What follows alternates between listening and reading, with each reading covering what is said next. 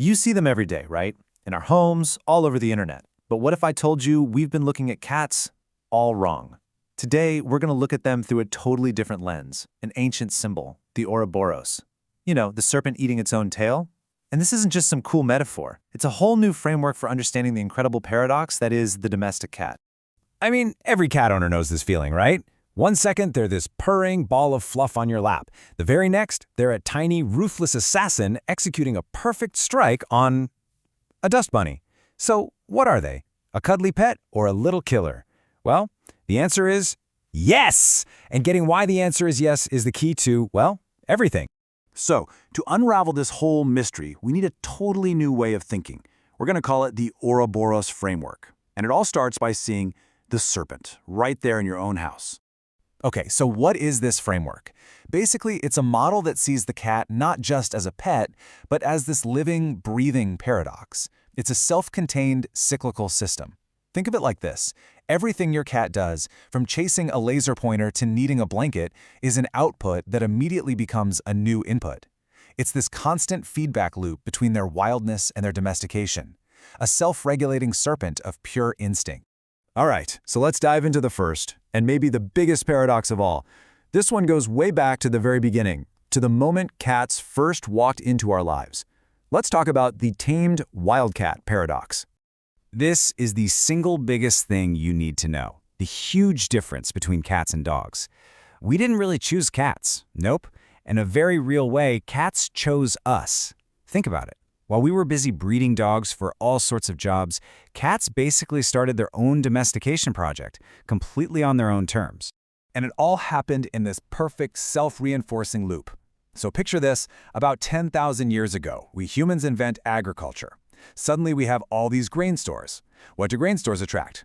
Rodents. And what do rodents attract? You guessed it, wildcats. Now, only the boldest, most human-tolerant cats got the best meals. They thrived, they had kittens, and they passed on those slightly tamer genes. Over generations, they effectively tamed themselves. We didn't do it. The system did it all on its own. And this whole history creates this deep, fundamental tension inside every single house cat. On one hand, you've got their static core. Their genetic blueprint is almost identical to their wild ancestors. I mean, they are hardwired hyper-carnivores. But on the other hand, their dynamic environment is your living room, where food just magically appears in a bowl. So what happens when all that ancient programming has absolutely no outlet? You get this, the zoomies. You know, that sudden manic explosion of energy? It is not random.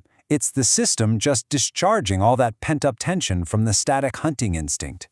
It's the wild Ouroboros refusing to be trapped by drywall and carpet, you know? It's forcing a release of all that predatory energy that has nowhere else to go. You know, this tension doesn't just show up in their energy levels, it plays out big time in their social lives too. Which brings us to our next paradox. How can an animal that's built to be alone also live in these complex social groups with other cats, and even with us? Okay, so cats are masters of something called facultative sociality.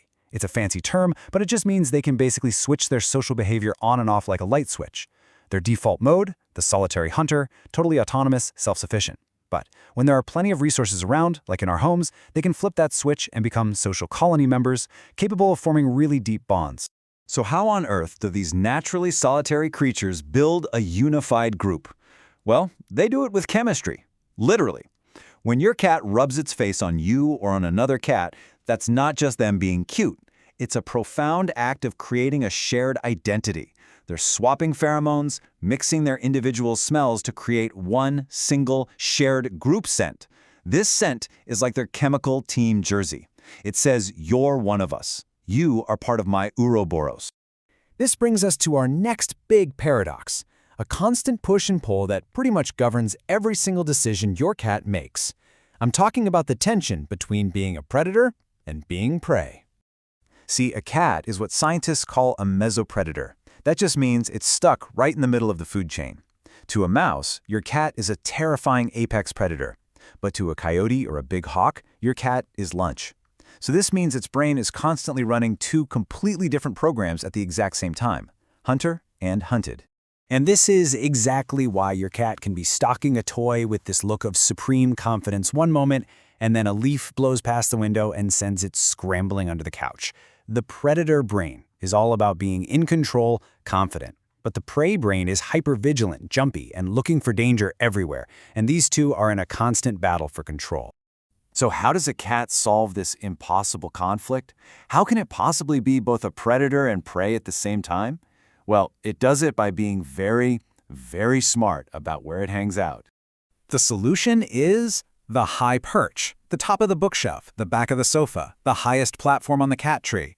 It is the absolute perfect synthesis of this paradox. From way up there, the predator inside gets to survey its entire territory, while the prey inside feels totally safe from any threats down on the ground. It is the one single spot that satisfies both sides of its nature at once.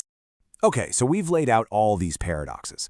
Now let's get practical. How can we use this whole Ouroboros framework to decode that final loop and actually make our cats' lives better? This is where our framework connects to something called the 5 pillars of feline environmental needs. It's basically a blueprint for a happy cat. So remember that predator/prey paradox? That's resolved by pillar 1, giving them a safe place, like those high perches we talked about. And that pent-up hunting instinct?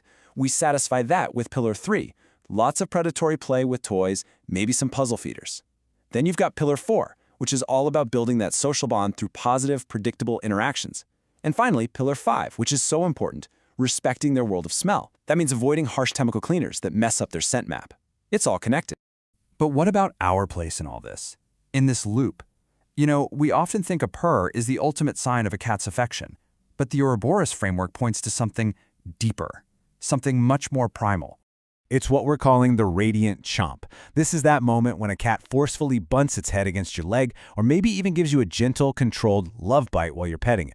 Now, that's not aggression. It's an act of claiming. It is the final, definitive act of social bonding. Think back to the Ouroboros, the serpent.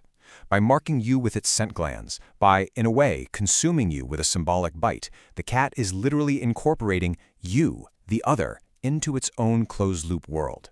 This is the serpent closing its mouth on its own tail, and you are now held safely inside that circle.